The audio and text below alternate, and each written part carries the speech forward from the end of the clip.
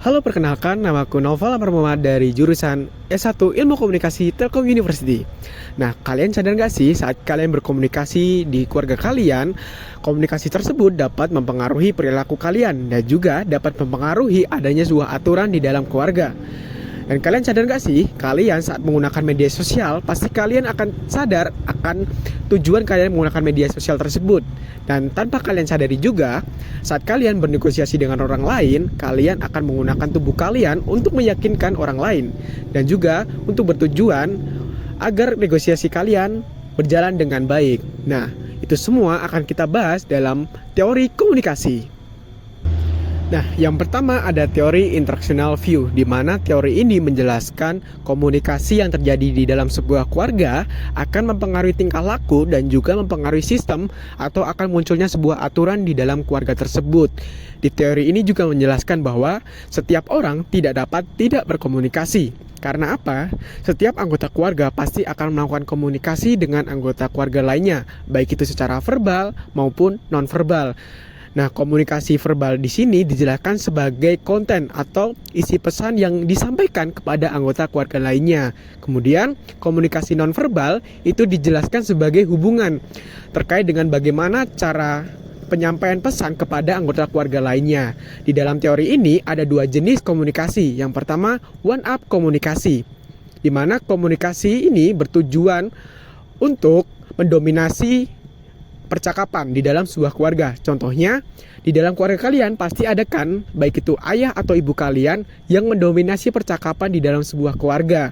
Nah, yang kedua ada one down komunikasi, di mana komunikasi di sini bertujuan untuk mempengaruhi orang lain. Contohnya, ayah atau ibu kalian di dalam sebuah keluarga itu pasti memiliki kekuatan atau cara berbicara yang baik untuk mempengaruhi atau mengontrol satu keluarga tersebut.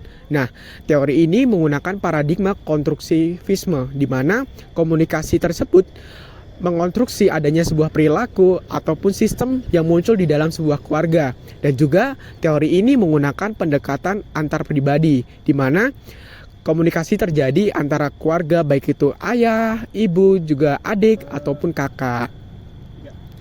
Yang kedua ada teori use and gratification, di mana teori ini memberikan pemahaman kepada kita bahwa setiap pengguna media sosial itu memiliki maksud dan tujuan yang berbeda-beda sesuai dengan kebutuhan pada dirinya sendiri. Nah, dalam teori ini juga dijelaskan bahwa pengguna media sosial itu selalu berorientasi pada tujuan.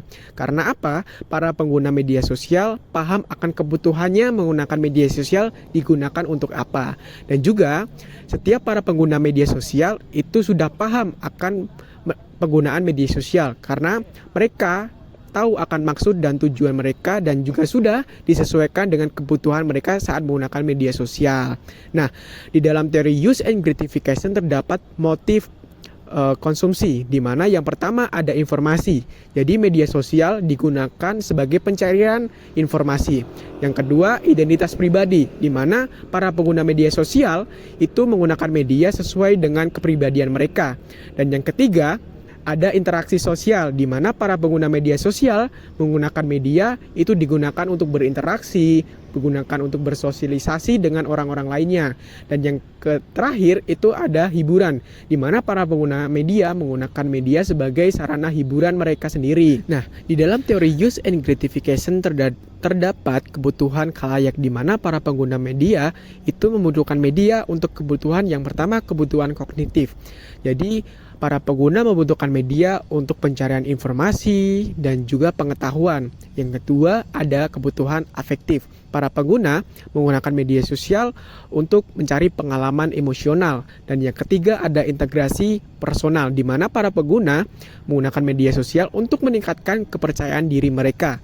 Dan selanjutnya ada integrasi sosial, di mana para pengguna membutuhkan media sosial untuk berjejaring atau berinteraksi dengan orang-orang yang lainnya di media sosial. Yang terakhir ada kebutuhan hiburan, sehingga para pengguna media membutuhkan media sosial untuk sarana rekreasi atau hiburan pada diri mereka sendiri. Nah, teori ini menggunakan paradigma kritis. Nah, kritis di sini dijelaskan sebagai bahwa para pengguna media sudah paham akan maksud dan tujuan mereka menggunakan media untuk apa, dan sudah disesuaikan dengan kebutuhan mereka masing-masing. Dan teori use and gratification ini menggunakan pendekatan antar pribadi. Karena apa? Komunikasi yang terjadi merupakan komunikasi antara satu orang dengan orang yang lainnya. Yang ketiga adalah teori phase negosiasi, di mana teori ini menjelaskan saat kita melakukan negosiasi, kita harus menampilkan citra diri kita, baik itu emosional, kemudian gestur, atau bahkan mimik muka kita. Nah, untuk kebutuhan negosiasi, di dalam teori ini juga dijelaskan bahwa latar belakang seseorang itu mempengaruhi proses negosiasi. Contohnya, orang Batak saat melakukan negosiasi, pasti mereka akan menampilkan mimik muka yang tegas, dan juga mereka akan menggunakan intonasi suara yang tinggi. Nah, di dalam teori phase negosiasi terdapat 3 phase walk. Yang pertama yaitu bijaksana, yaitu kemampuan untuk menerima perbedaan.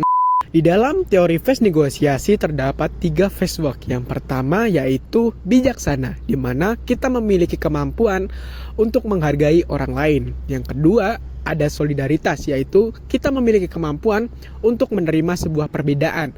Dan yang ketiga yaitu penerimaan, kita fokus terhadap hal-hal yang positif terlebih dahulu, baru kita fokus terhadap hal-hal yang negatif. Nah, di dalam teori phase negosiasi ada beberapa pengelolaan konflik. Yang pertama yaitu menjauhi konflik, yang kedua yaitu pasrah, sehingga seseorang selalu menerima atau setuju dengan perkataan orang lain. Yang ketiga yaitu saling menerima untuk sebuah kesepakatan. Kemudian yang keempat yaitu selalu mengedepankan idealis pada dirinya sendiri. Dan yang ketiga yaitu mencari jalan tengah untuk menyelesaikan sebuah konflik yang terjadi. Nah, teori ini juga menggunakan paradigma konstruktivisme, di mana dijelaskan bahwa konstruktivisme di sini yaitu saat kita melakukan negosiasi, kita dapat mengonstruksi diri kita dengan cara menampilkan citra diri kita untuk kebutuhan negosiasi agar negosiasi tersebut bisa berjalan dengan sukses. Nah, dan teori ini juga menggunakan pendekatan antar pribadi, karena saat kita melakukan negosiasi dengan orang lain, kita melakukan komunikasi dua arah dengan orang lain. Oke, nah itu tadi merupakan beberapa teori yang ada dalam teori komunikasi. Sampai jumpa di pembahasan teori selanjutnya. Bye-bye.